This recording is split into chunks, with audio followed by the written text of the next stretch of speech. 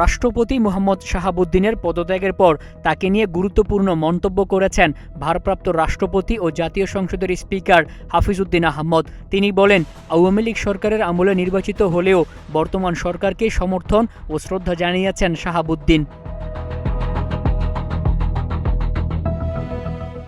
জাতীয় সংসদের স্পিকার ও ভারপ্রাপ্ত রাষ্ট্রপতি হাফিজউদ্দিন আহমদ বলেছেন, সাবেক রাষ্ট্রপতি মোহাম্মদ শাহাবুদ্দিন আওয়ামী লীগ সরকারের আমলে নির্বাচিত হলেও জনগণের ভোটে নির্বাচিত বর্তমান সরকারের প্রতি সবসময় সমর্থন ও শ্রদ্ধা প্রকাশ করেছেন।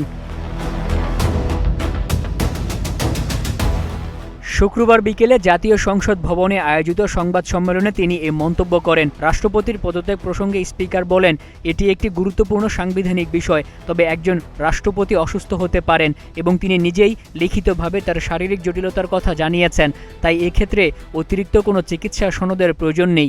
তিনি লিখিতভাবে জানিয়েছেন যে তিনি গুরুতর অসুস্থ। তিনি জানান, সংবিধানের 50 অনুচ্ছেদের 3 দফা অনুযায়ী রাষ্ট্রপতি বিকেল 5টা 1 মিনিটে তার স্বাক্ষরযুক্ত পদত্যাগপত্র জমা দেন। এরপর সংবিধানের 54 অনুচ্ছেদ অনুযায়ী তিনি ভারপ্রাপ্ত রাষ্ট্রপতির দায়িত্ব গ্রহণ করেন।